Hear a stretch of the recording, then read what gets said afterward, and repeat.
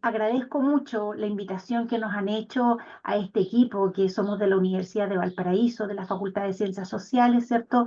Una universidad pública reconocida en Chile. Nosotros tenemos un programa de peritajes sociales dirigidos a profesionales de, ¿cierto?, el área, y en ese contexto hemos establecido el contacto con ustedes para nutrir experiencias y fomentar la docencia colaborativa. Muy orgullosa de poder participar en esta conferencia y hacer un pequeño aporte a lo que es, cierto, el conocimiento. Voy a compartir pantalla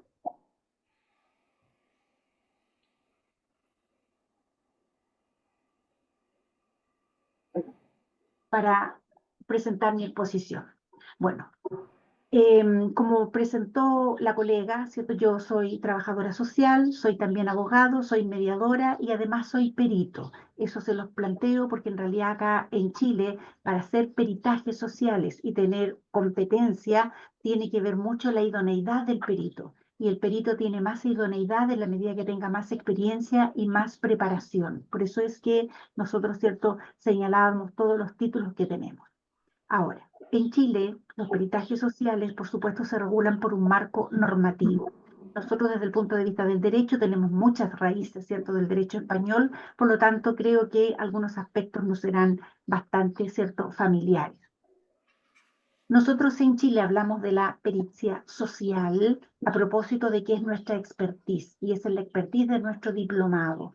Nosotros hablamos de la pericia social en un contexto de que está dirigido a profesionales del área social, que son los requeridos en las pericias. Y estamos hablando de trabajadores sociales y de psicólogos y psicólogas, ¿ya? Por lo tanto, cuando nosotros hablamos de una pericia en el contexto normativo, estamos hablando de un instrumento que se presenta en juicio. Eso es, ¿cierto?, un conflicto de relevancia jurídica en un ámbito determinado que debe ser resuelto por la judicatura, la magistratura, ¿cierto?, o en términos genéricos, el tribunal. Hay, por lo tanto, ¿cierto?, una disputa entre partes y estamos en una etapa del juicio en la cual ya no han prosperado ninguna salida colaborativa que puedan poner término al conflicto.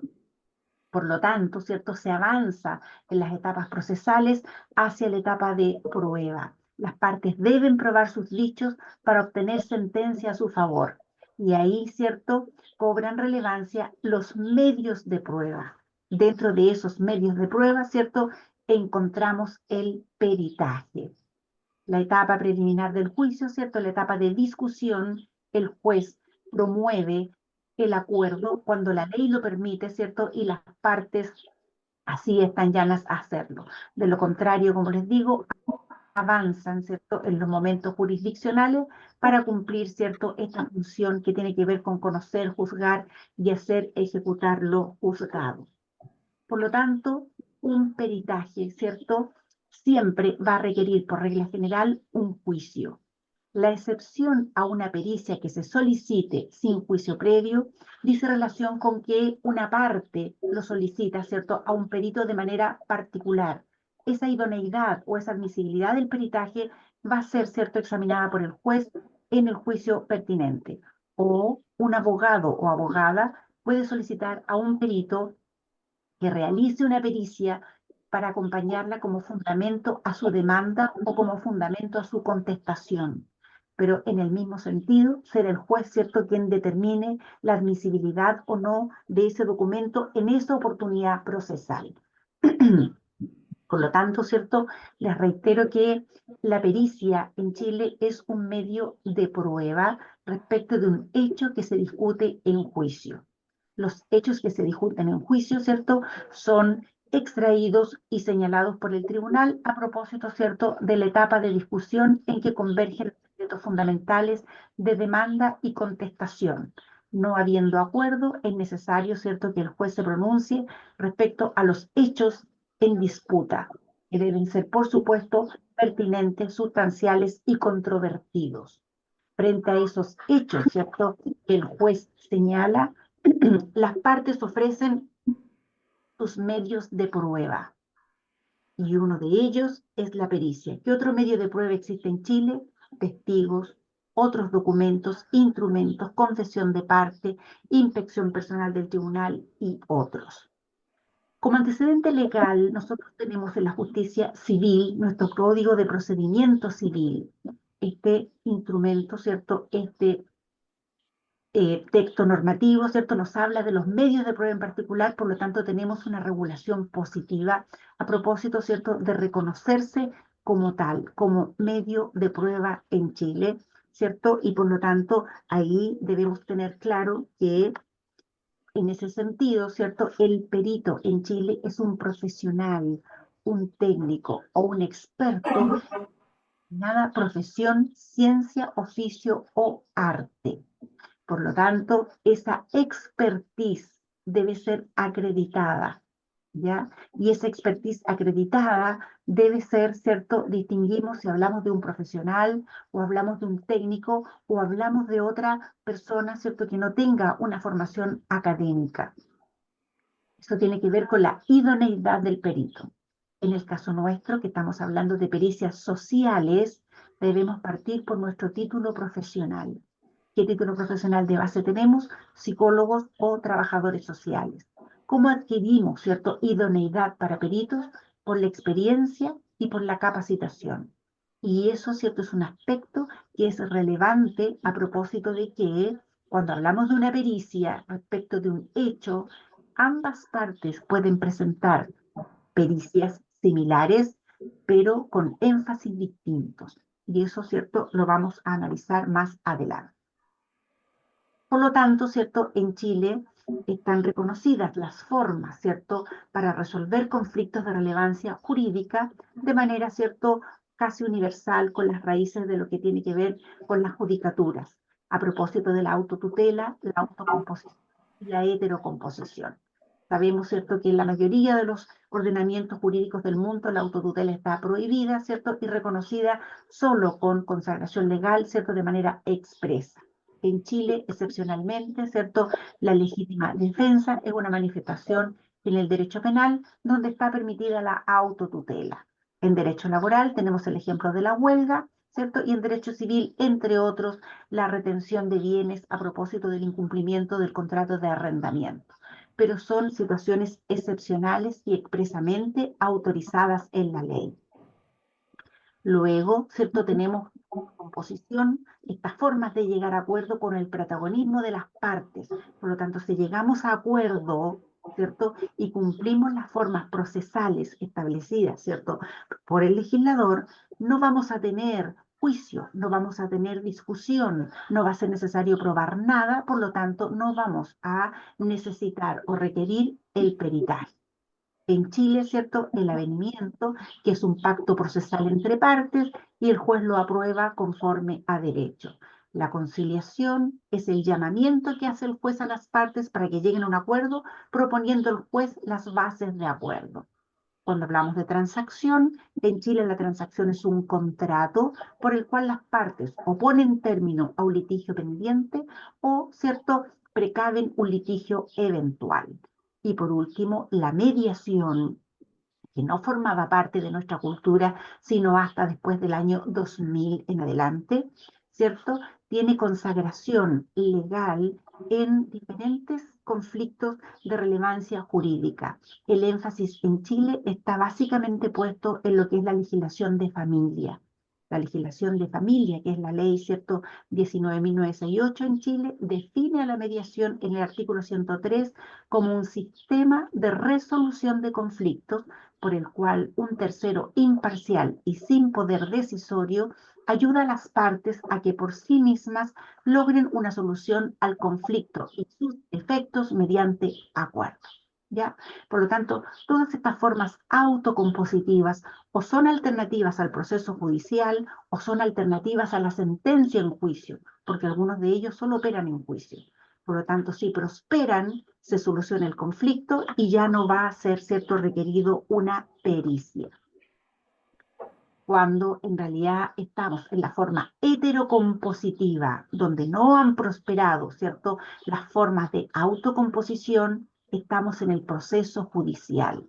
La característica, ¿cierto?, es que el tercero, imparcial, con poder decisorio reconocido por el poder, ¿cierto?, falla conforme a derecho. Y esa es la persona del juez. En Chile tenemos jueces ordinarios, ¿cierto?, que ven asuntos civiles, laborales, penales y otros. Y tenemos algunos jueces especiales como los jueces árbitros. Vamos a, ¿cierto?, centrarnos en los jueces ordinarios.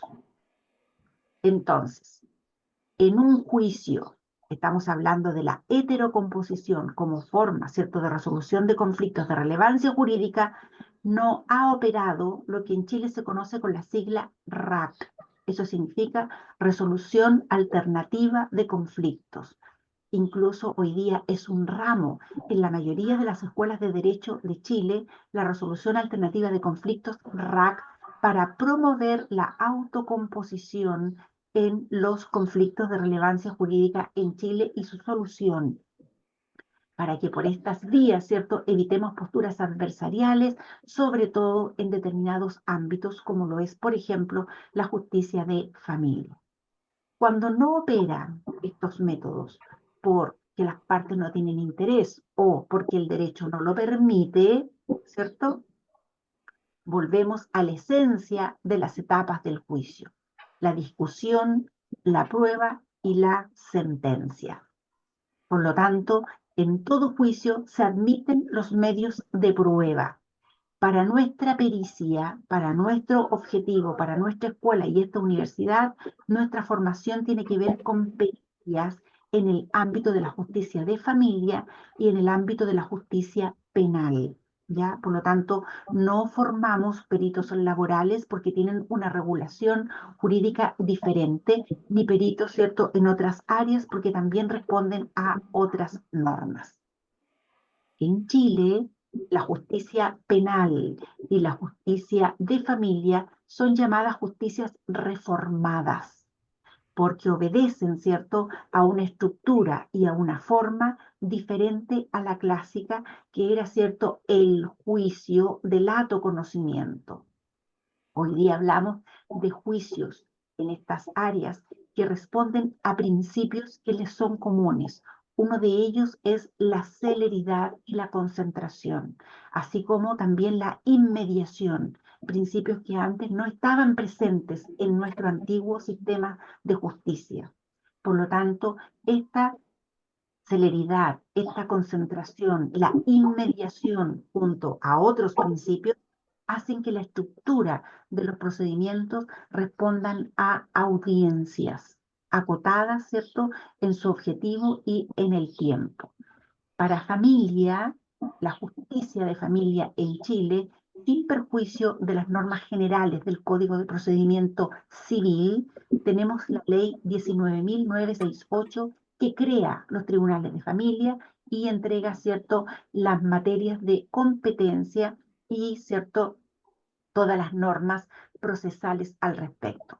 Hablamos de otros cuerpos normativos también en el derecho de familia que regulan conflictos de relevancia jurídica y entregan competencia, ¿cierto?, a los tribunales, como la ley de matrimonio civil, por ejemplo, como la ley de adopción, como la ley de filiación, como, ¿cierto?, la ley de violencia intrafamiliar y otras. Por lo tanto, en el articulado, ¿cierto?, de las normas que tienen que ver con el derecho de familia, por supuesto que encontramos normas sustantivas y también normas adjetivas.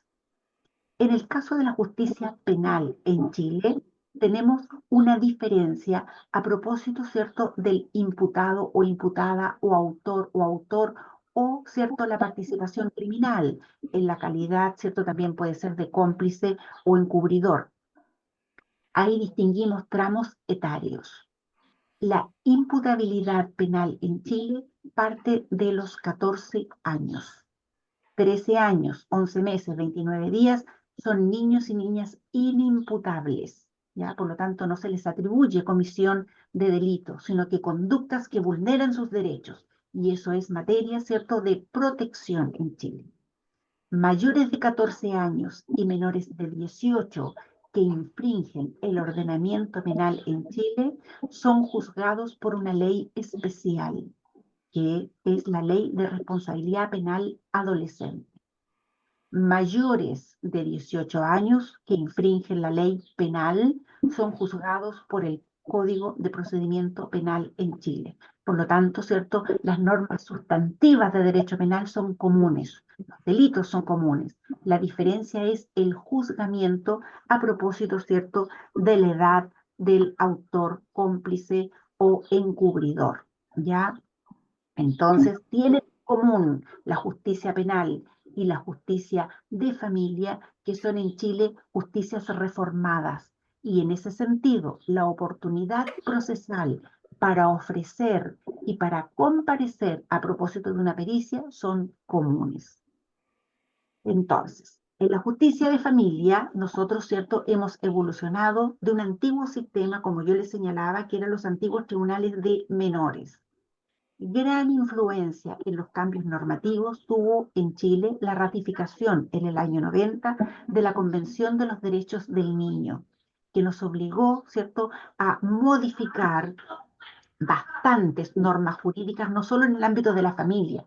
Nosotros tenemos, ¿cierto?, un orden jerárquico de las normas donde la Constitución política está a la cúspide. El artículo 5º, ¿cierto?, de nuestra Constitución, en su inciso segundo, nos obliga a darle rango constitucional a cualquier tratado ratificado por Chile que diga relación con derechos humanos. Siendo así, la Convención, estando a nivel constitucional, todas las normas inferiores que existían al respecto vulneraban, ¿cierto?, algunos principios de esta convención, como por ejemplo la no discriminación, como por ejemplo la participación y por supuesto también el interés superior del niño. Hoy día en Chile, niños y niñas son considerados sujetos de derechos y no como antiguamente lo fueron, sujetos de protección. Considerar a los niños y niñas como sujetos de derecho es reconocerles, ¿cierto?, esta facultad de ser titulares de derecho y de ejercerlos por sí mismos en consideración a su autonomía progresiva y el deber de cuidado, ¿cierto?, del mundo adulto, que es diferente a la visión, ¿cierto?, de sujeto de protección, que tiene que ver con una mirada tutelar, con una mirada, ¿cierto?, desde el niño o niña como incapaz, no como un ser en desarrollo. Por lo tanto, ¿cierto?, los niños y niñas son sujetos de derecho. Toda la formación que recibe en nuestro diplomado un perito, una perito, dice relación con el contexto, ¿cierto?, en que va a desarrollar su peritaje, en el que va a comparecer para defender su peritaje en un ambiente y ámbito que dice relación con operadores jurídicos, ¿ya? Por lo tanto, la formación jurídica, el marco normativo es fundamental en la formación de los y las peritos en Chile. A propósito, ¿cierto?, de la justicia penal, les reitero, ¿cierto?, que tenemos normas especiales en relación a la edad del joven infractor. Nuestra ley de tribunales de familia se promulgó el año 2004, ¿ya? La última modificación relevante fue el año pasado a propósito de la ley 21.675, que establece, ¿cierto?, sanciones a propósito de la violencia ejercida contra las mujeres en razón de su género, que no deroga la ley de violencia intrafamiliar, sino que la modifica. La ley 19.968, ¿cierto?, nos describe el tribunal, nos describe, ¿cierto?, la organización, nos describe algunos órganos asesores de los jueces. Allí tenemos la figura en Chile del Consejo Técnico. El Consejo Técnico son profesionales que asesoran a los jueces y son integrantes del tribunal. Básicamente, trabajadores sociales y psicólogos y psicólogas. Por lo tanto, el perito que comparece es interrogado por el juez por sugerencias, ¿cierto?, de preguntas de sus colegas, que son, ¿cierto?, también trabajadores sociales o psicólogos ejerciendo el rol del consejo técnico. Está también regulada la figura del curador ad litem. Es relevante conocer porque es el abogado, ¿cierto?, que defiende los intereses del niño y lo designa el juez de las corporaciones, ¿cierto?, de asistencia judicial gratuita para representar a niños y niñas cuyos padres o adultos responsables están en juicio y sus intereses, ¿cierto?, distan a juicio del juez de garantizar el interés superior del niño. ¿Cuál es la crítica a esta figura? Es que en Chile un curador ad litem, genéricamente, es un abogado que defiende intereses de incapaces en juicio. Si los niños y niñas son sujetos de derecho, no pueden ser vistos como incapaces. Por lo tanto, esta figura debiera mutar a la figura de el defensor de los derechos, ¿cierto?, del niño o de la niña. La ley 21.675, como les señalé, ¿cierto?, dice relación con las medidas que están, ¿cierto?, establecidas a propósito de la violencia contra las mujeres en razón de su género. Ahora, solo para que ustedes conozcan, solo para que ustedes sepan, no nos vamos a detener en todas, ¿cierto? La ley 19.968 establece la competencia del Tribunal de Familia. Eso significa las materias que por ley le corresponde conocer al juez. Y vamos a ver qué tiene que ver cuidado personal, ¿cierto? Lo que antiguamente se llamaba derecho de visitas, que es otra materia, hoy día en Chile se llama relación directa y regular. La patria potestad, el derecho de alimentos, el disenso para contraer matrimonio, las guardas, niños y niñas en situación, ¿cierto?, de vulneración, la filiación, la falta de determinados adolescentes, la salida del país de niños y niñas que deben salir autorizados por sus padres adultos responsables o en su defecto por el juez de familia, las causas relativas a maltrato, las causas relativas a adopción, ¿cierto? Y también algunos asuntos entre cónyuges a propósito del término de su relación familiar, básicamente bienes familiares y compensación económica, separación, ¿cierto?, de bienes, ¿cierto?, violencia intrafamiliar y toda otra materia que la ley encomiende. El perito debe saber, ¿cierto?, cuál es la competencia, porque nosotros, ¿cierto?, debemos entender que de estas materias se desprenden en Chile distintos procedimientos. La estructura de todo procedimiento es la misma, audiencia preparatoria y audiencia de juicio. Pero la forma de conocer la causa, la forma de cómo se inicia la causa, las facultades de los jueces y las formas de ponerle término son diferentes si el procedimiento es contencioso o es especial.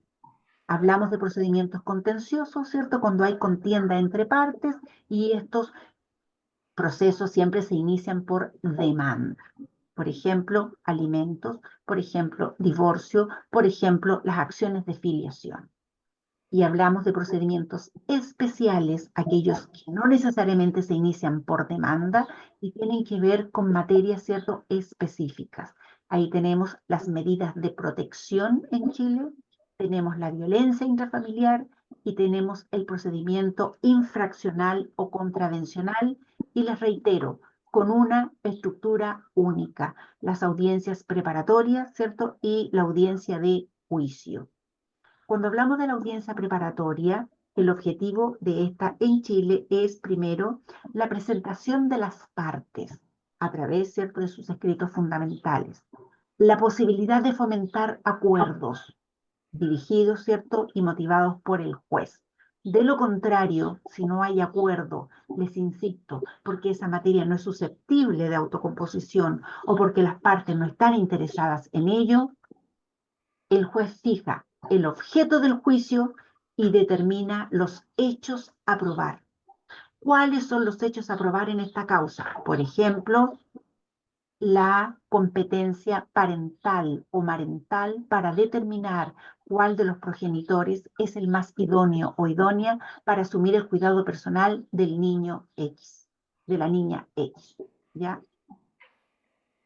Hecho esto, las partes ofrecen sus medios de prueba. ¿Cómo van a probar lo que alegan? ¿Por testigos, por peritajes o por otros medios? El juez acepta la prueba ofrecida, el juez puede pedir prueba, el juez puede ordenar una pericia, porque en Chile el juez en el ámbito de familia sí tiene impulso procesal, incluso para iniciar causas de oficio. Y hecho eso, se fija la fecha de audiencia de juicio.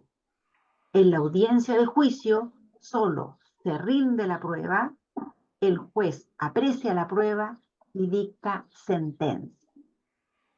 Entonces, ¿procede un peritaje en Chile en todas las materias? ¿Quién determina si procede o no? ¿Hay algún aspecto ético a considerar? ¿Tenemos competencia profesional desde nuestras carreras de base para periciar cualquier materia?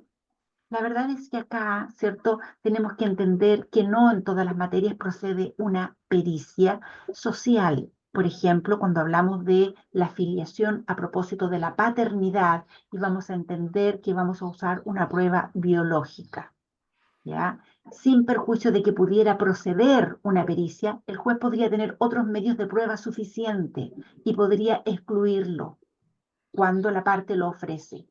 Por ejemplo, no es necesaria una pericia a propósito de la escolaridad de un niño si se puede probar suficientemente con el certificado de matrícula y de asistencia.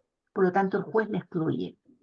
Los criterios en Chile para excluir prueba tiene que ver con la prueba ilícita, pero también con la prueba sobreabundante o la prueba, ¿cierto?, que tiene que ver con hechos públicos y notorios que no requieren un medio específico. Por lo tanto, el juez. Los aspectos éticos a considerar desde el punto de vista del perito tienen que ver con que debemos aceptar el cargo cuando es autorizado por el juez, vamos a tener dudas. Pero en el caso de que sean las partes, ¿cierto?, las que nos piden pericias para reforzar dichos previo a que un abogado los asesore, ahí nosotros debemos tener consideraciones éticas, porque hay hechos que no es necesario, ¿cierto?, probarlos con este medio.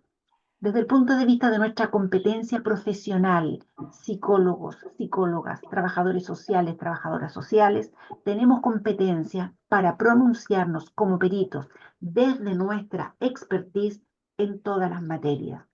Por supuesto que fortalece la opinión cuando co-construimos pericias y podemos hablar de pericias psicosociales, de pericias psicopedagógicas, por ejemplo, de pericias biosociales, etc. Depende, ¿cierto?, del profesional con quien podamos analizar el caso. En Chile, por regla general, la principal, ¿cierto?, pericia desde el punto de vista de la materia se da respecto de los alimentos, la relación directa y regular, el cuidado personal, la adopción, las medidas de protección, la compensación económica y otras.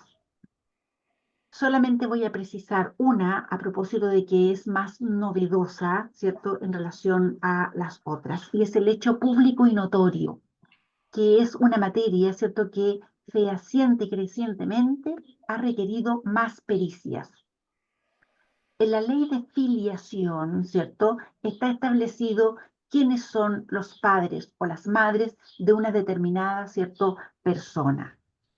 Pero la ley reconoce que pese a haber reconocimiento legal respecto de un hijo o una hija, puede haber un tercero que por más de 5 años se haya hecho cargo de ese niño o de esa niña como si fuera su hijo o hija y así lo ha presentado en su mundo, ¿cierto?, familiar y social.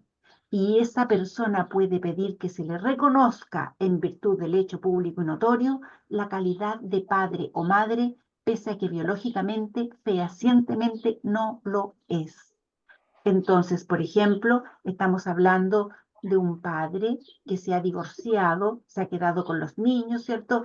Y la madre ha hecho abandono y nunca más mantuvo contacto. Él tiene una nueva pareja que se hace cargo de esos niños, ¿cierto?, por más de 5 años, como si fuera su madre en el contexto de esa familia.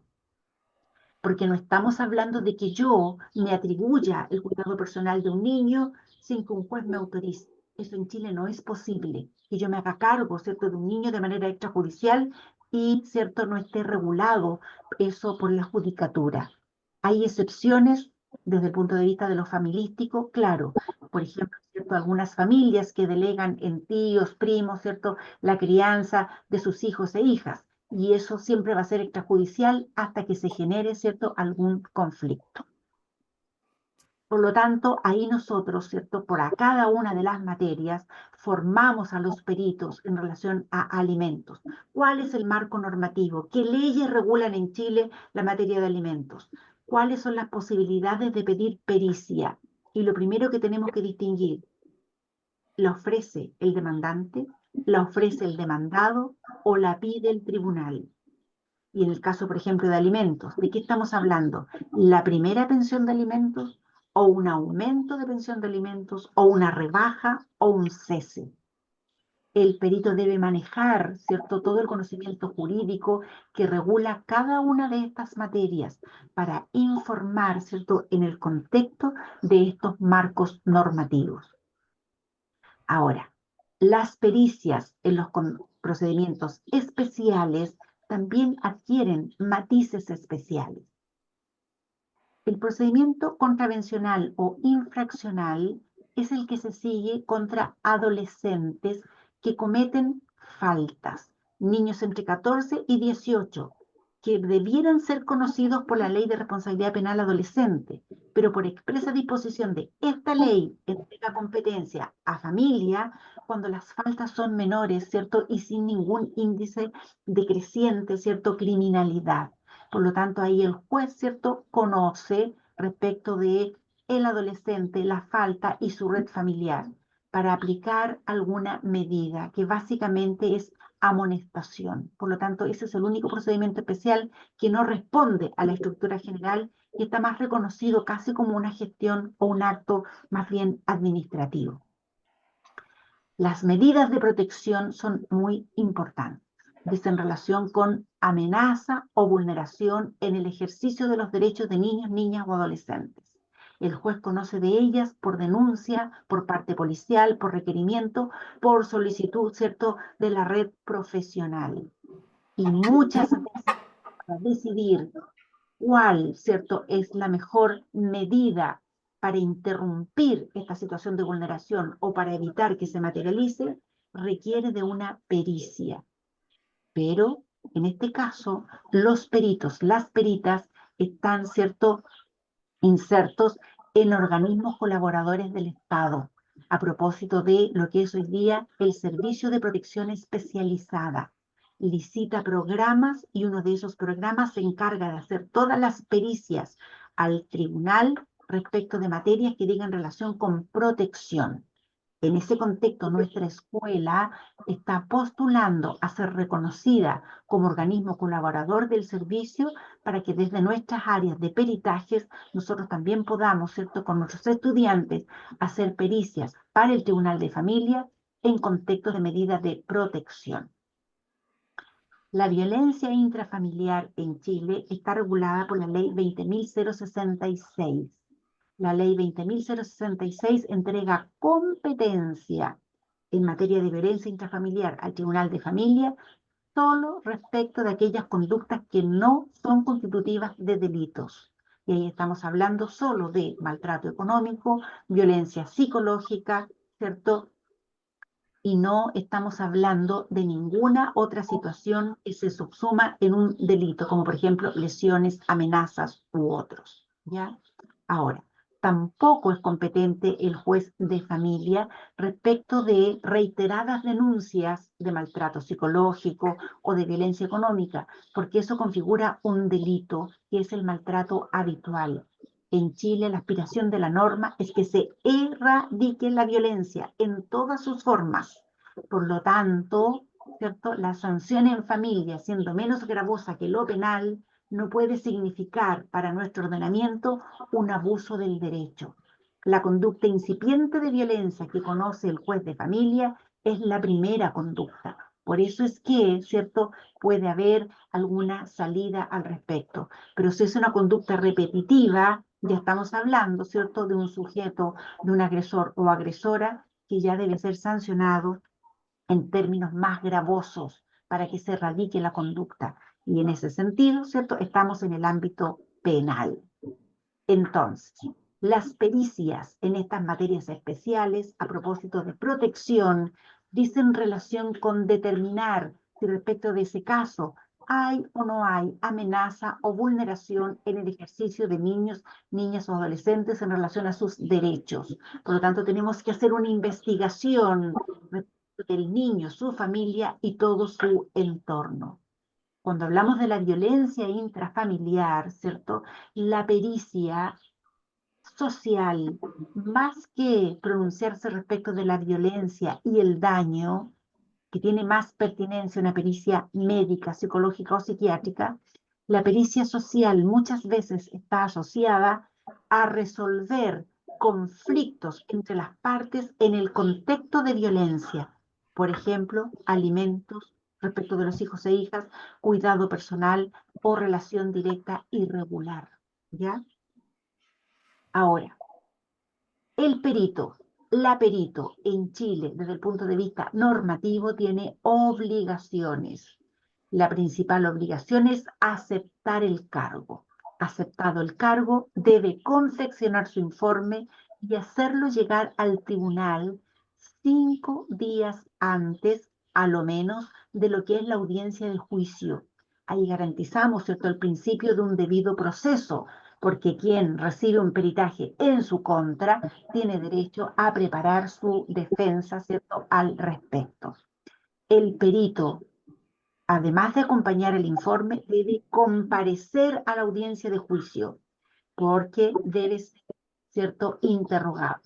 Cuando el perito no puede comparecer, el abogado solicita al tribunal se le estima de comparecer. El tribunal provee traslado, es decir, que se pronuncie la otra parte. Si la otra parte acepta que el perito no comparezca, se tiene como peritaje, ¿cierto?, el instrumento que presenta. Si la otra parte se opone a que no comparezca, ya no puede ser una pericia y pasa a ser un informe documental, con un peso probatorio, ¿cierto?, menor. Ahora, en la audiencia de juicio, el perito pone su trabajo.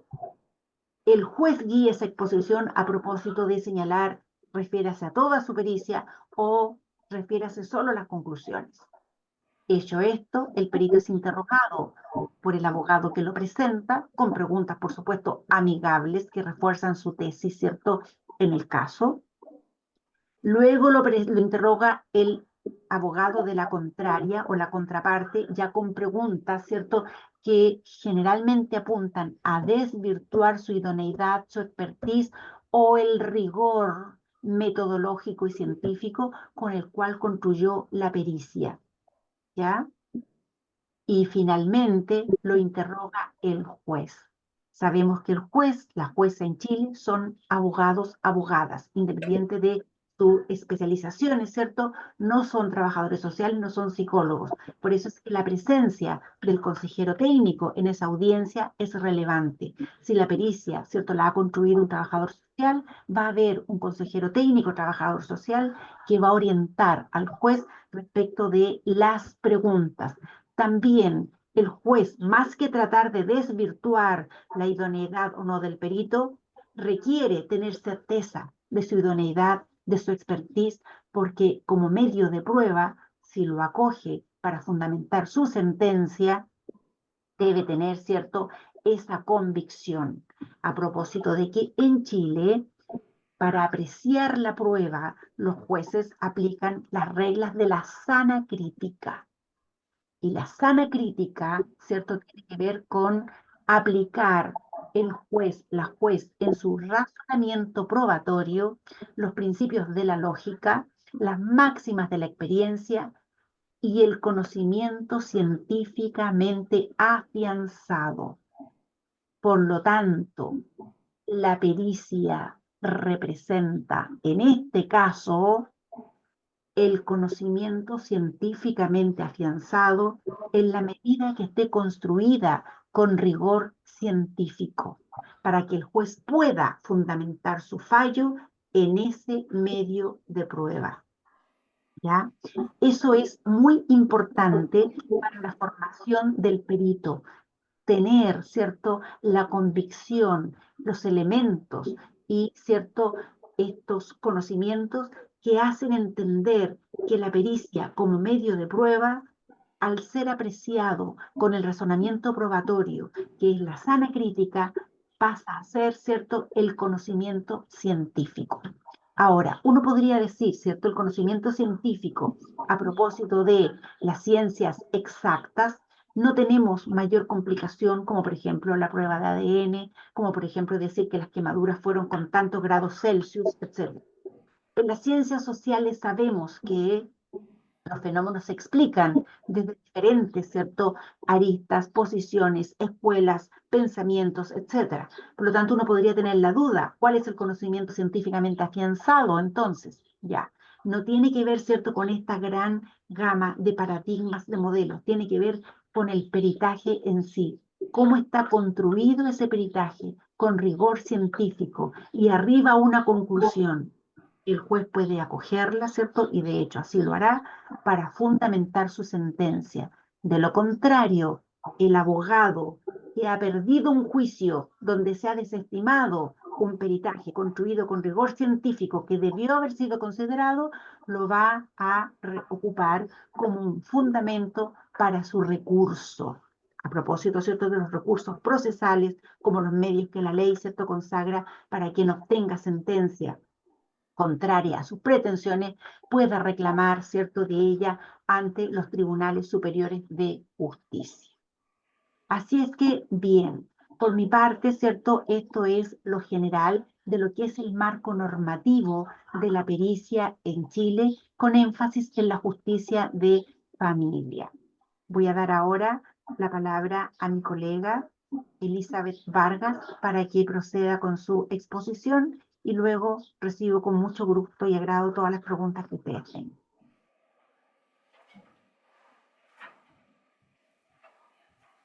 Bien, buenas tardes, un gusto, gracias Cecilia, de estar compartiendo con ustedes en estos primeros vínculos, la concreción de estos primeros vínculos con su universidad.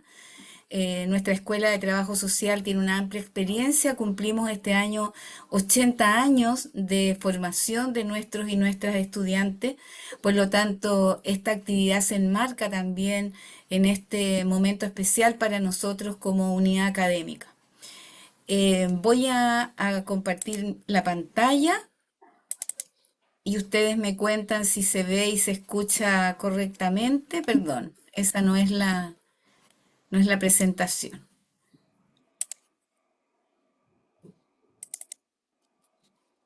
Hoy no me quiere, y eso que probamos antes. Segundo.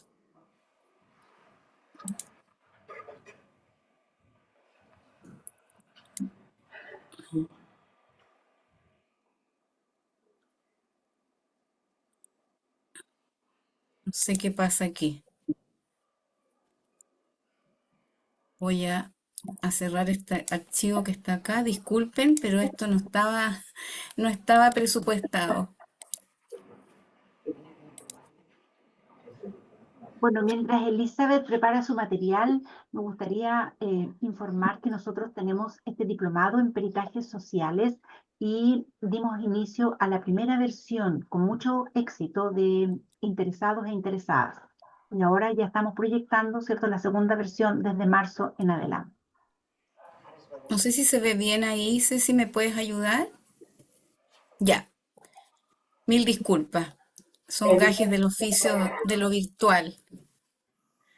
Bien, mi presentación complementa lo de Cecilia, ¿no? Ciertamente en aras del tiempo hemos hecho una compilación de los elementos centrales que tienen que ver con el marco metodológico y teórico para la construcción del peritaje, desde la perspectiva, ¿no es cierto?, que es una prueba científicamente probada, como decía Cecilia, y en la segunda parte de mi exposición voy a referirme a las competencias de los peritos. Bien, en general es un marco introductorio que va a permitir generar una mirada sobre algunos elementos teórico-metodológicos que son importantes para entender la pericia social como un instrumento, ¿no es cierto?, que tiene que ver con una investigación social.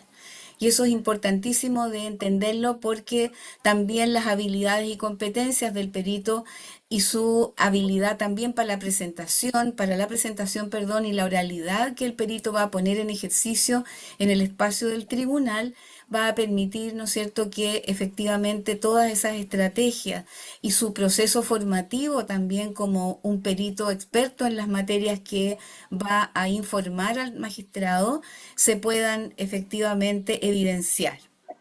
Y en la última parte me voy a referir a algunos elementos del autocuidado que son distintas temáticas que nosotros enfatizamos en la formación de nuestros y nuestras profesionales en el diplomado.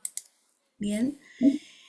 Entender la investigación y el peritaje como un proceso resultante de una investigación aplicada, ¿no?, al ámbito forense, también entiende que habemos muchas profesiones confluyendo, en particular en nuestras materias, ¿no es cierto? Tiene que ver con esta mirada de la ciencia aplicada precisamente a cuestiones del derecho.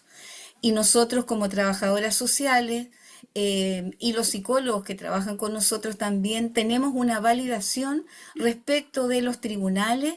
eh, Se complementa, ¿no es cierto?, con una postulación que se hace en un periodo determinado ante la Corte de Apelaciones y el perito, ¿no es cierto?, debe presentar toda la documentación pertinente para dar fe de que efectivamente es un profesional experto y el tribunal, ¿no es cierto?, autorizará o no a esta postulación porque el ser perito se postula, ¿no es cierto?, a la corte y se recibe un nombramiento, por cierto.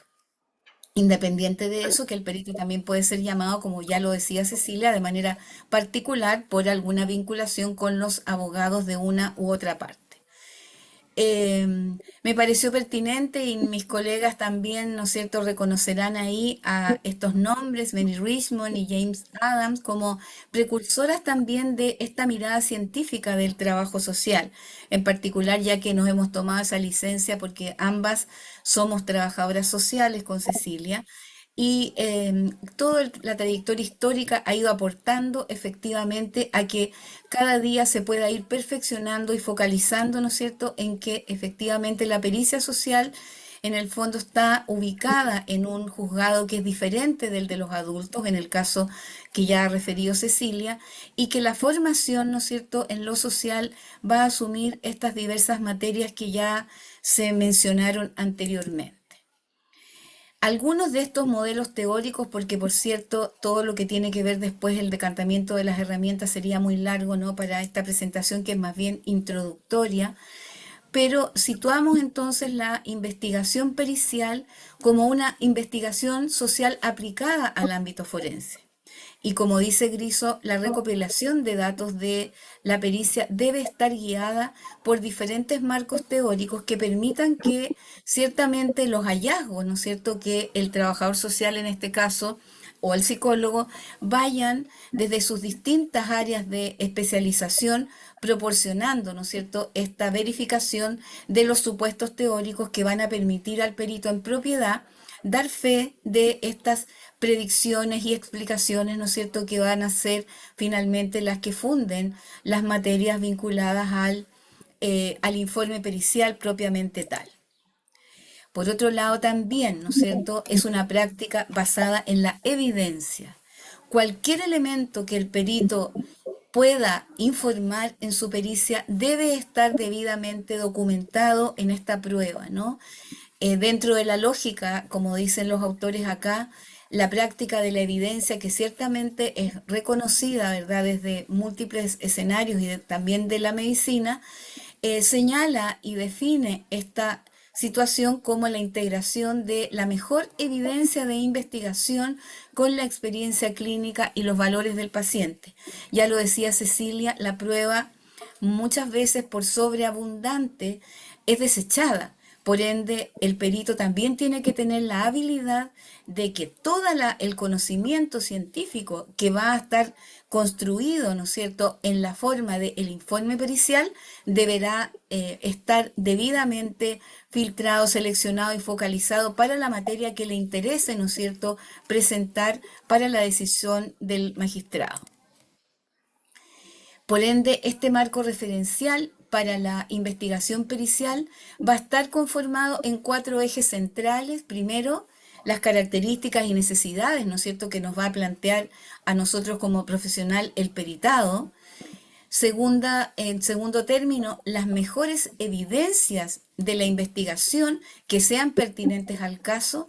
Probablemente, ¿no es cierto?, cuando uno está construyendo la investigación y llega a la formalización, ¿no?, de este informe pericial, debe ser importante la habilidad ahí del perito y la perita para poder seleccionar aquello que sea más relevante para los objetivos del informe pericial. Por otro lado, también para evidenciar las características, las necesidades y las distintas situaciones que las personas, ¿no es cierto?, y su esquema valorativo tengan. Y por último, dar fe fundamentalmente de la experticia también del profesional. En este sentido, el trabajo social forense en Chile tiene una mirada, ya lo anticipaba Cecilia, una mirada psicosocial, independiente, que pueden haber también, para que ustedes no se formen una idea errada, ¿no?, desde las propias disciplinas, ya también puede ser monodisciplinar, la pericia social por sí sola o la psicológica, ¿no?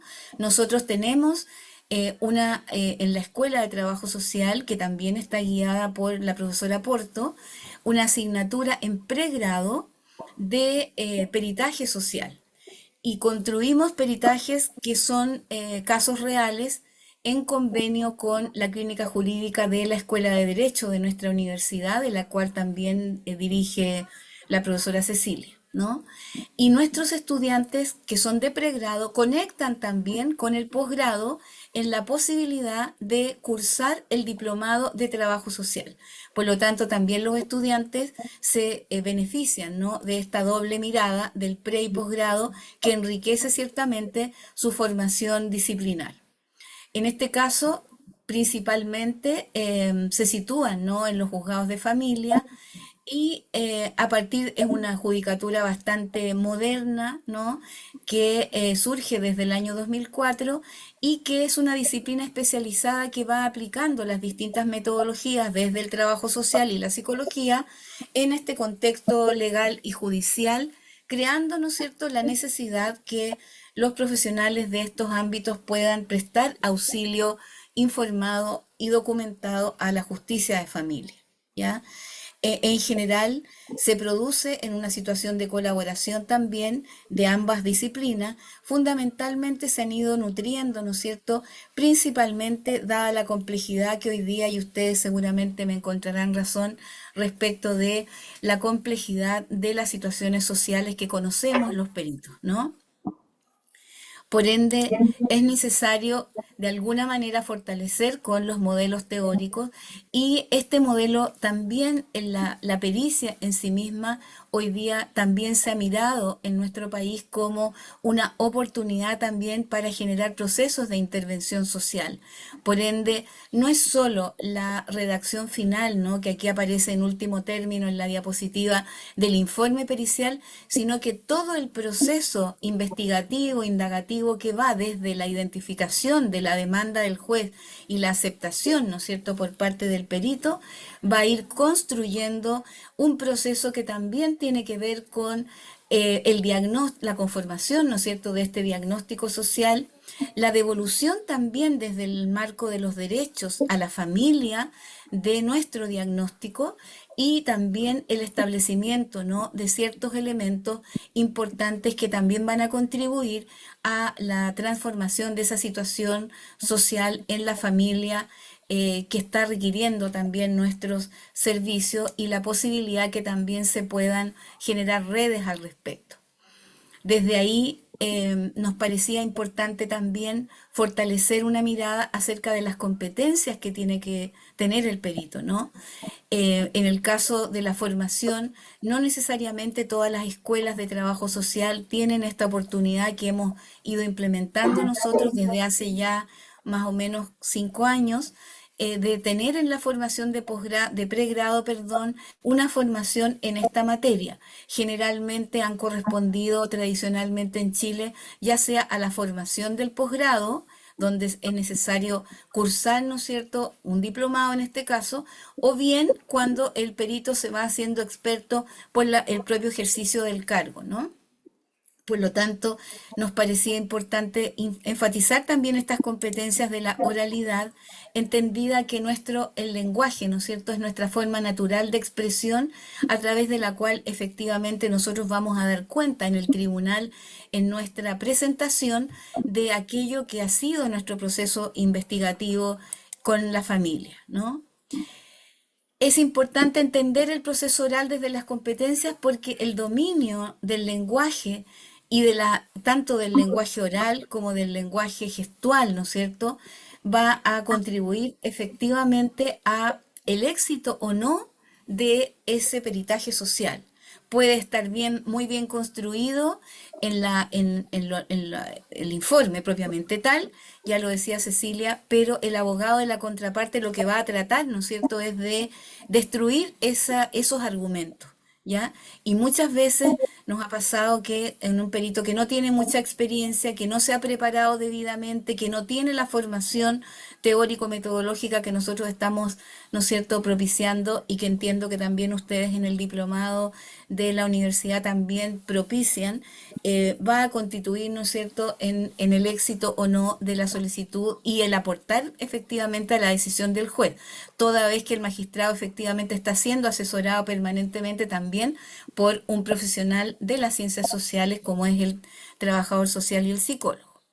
Por lo tanto, aquí es fundamental la expresión, el manejo de la oratoria, cómo podamos cautivar, ¿no es cierto?, con la elocuencia de esa presentación del lenguaje oral, la comprensión, la atención y la debida habilidad del perito para capturar, ¿no es cierto?, el interés con el propósito que el juez pueda efectivamente ejercer, ¿no es cierto?, el derecho de las personas que están siendo participantes del tribunal y determinar si efectivamente un hecho se ha constituido o no, o tiene otra interpretación a la luz de la investigación social que nosotros estamos presentando, ¿ya?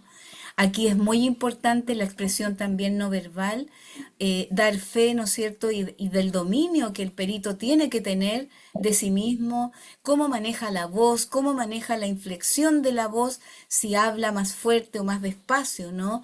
Todos esos elementos y hasta la postura corporal va a finalmente determinar la mayor o menor injerencia que tenga su testimonio, ¿no es cierto?, en el juicio. De ahí también que la retórica es muy importante, ¿no? De qué manera nosotros, no solo la administración del lenguaje, aparte de la oralidad propiamente tal, sino cómo la emocionalidad, la gestualidad y el propósito que tengamos, ¿no es cierto?, a través de esta técnica retórica como un instrumento que efectivamente impacte la decisión del magistrado y que predomine efectivamente la veracidad, ¿no?, de los hechos que el perito quiere dar a conocer al tribunal. El lenguaje no verbal, fíjense que yo en la literatura buscaba que solo el 35% de las personas, del contenido del lenguaje, ¿no es cierto?, se transmite por las palabras.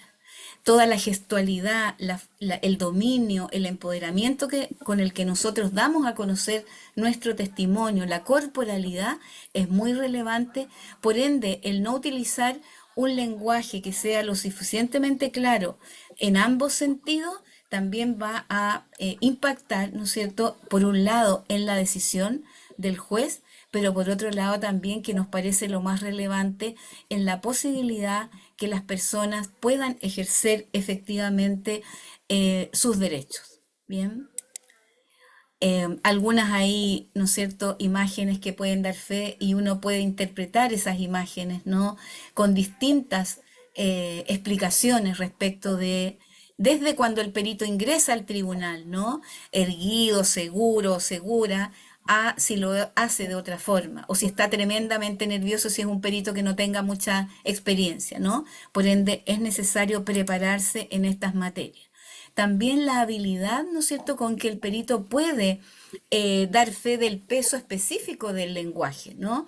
Por ende, la actuación del perito también es importante en ese, ahí yo lo he representado con unas máscaras, ¿no? Como en el teatro.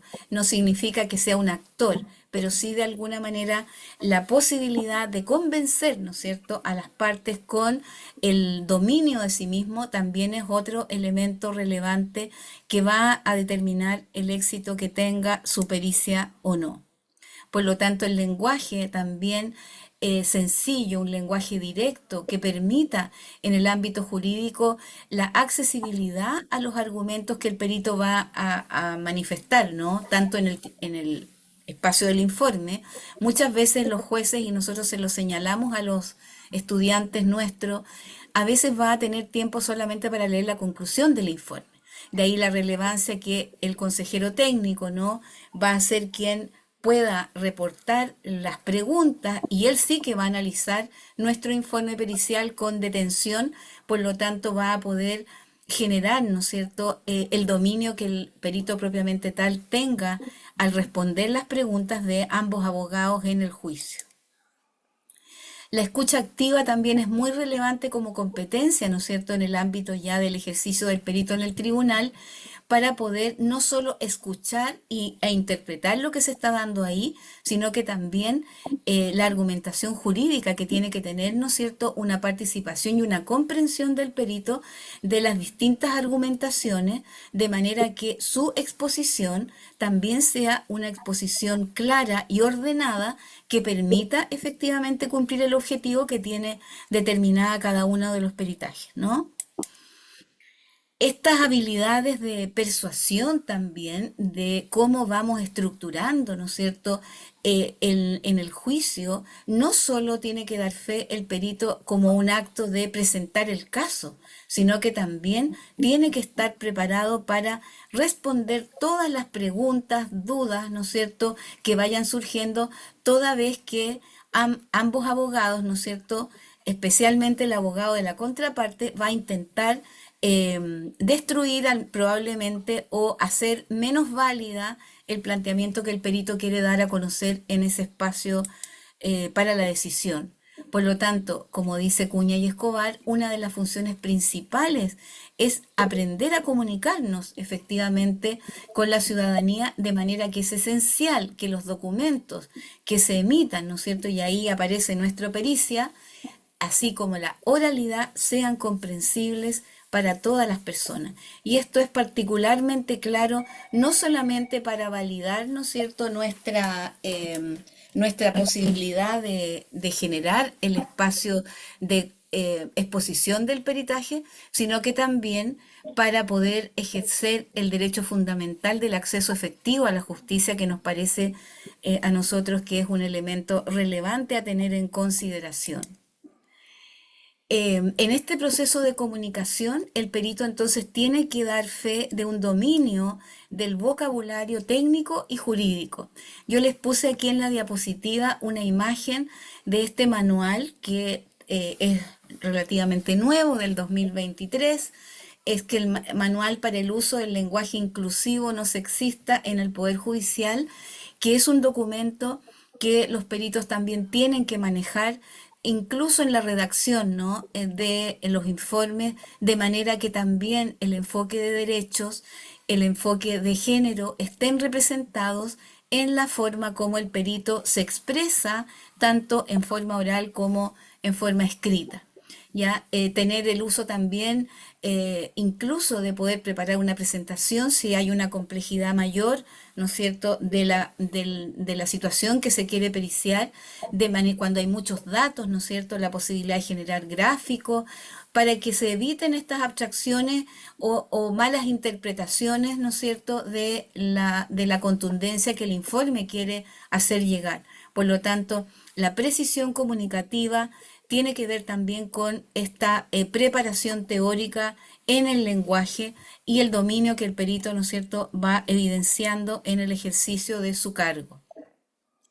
Estas estrategias comunicativas van a permitir que efectivamente el perito pueda ser capaz, ¿no es cierto?, de comprender a quién está recepcionando ese mensaje, de qué manera tiene que estructurar, ¿no es cierto?, su mensaje al exponer el informe pericial con un ordenamiento cronológico y comprensible para que los hechos, ¿no es cierto?, que se quieren dar fe en el tribunal no tengan alguna indisposición, ¿no es cierto?, para la comprensión de toda la audiencia, evitando tecnicismos demasiado extremos, ¿no es cierto?, para que esa comunicación efectivamente pueda ser comprendida en ese contexto por toda la audiencia.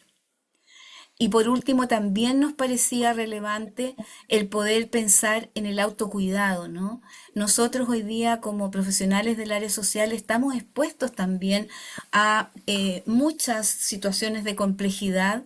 Por lo tanto, si un perito que está recién formándose, ¿no es cierto?, que entiendo que esta clase también va a ser transmitida de manera introductoria a quienes se quieran formar en este ámbito, también necesitamos prepararnos no solamente en lo teórico y en lo metodológico o en la oralidad, también tenemos que prepararnos nosotros en nuestra calidad de persona.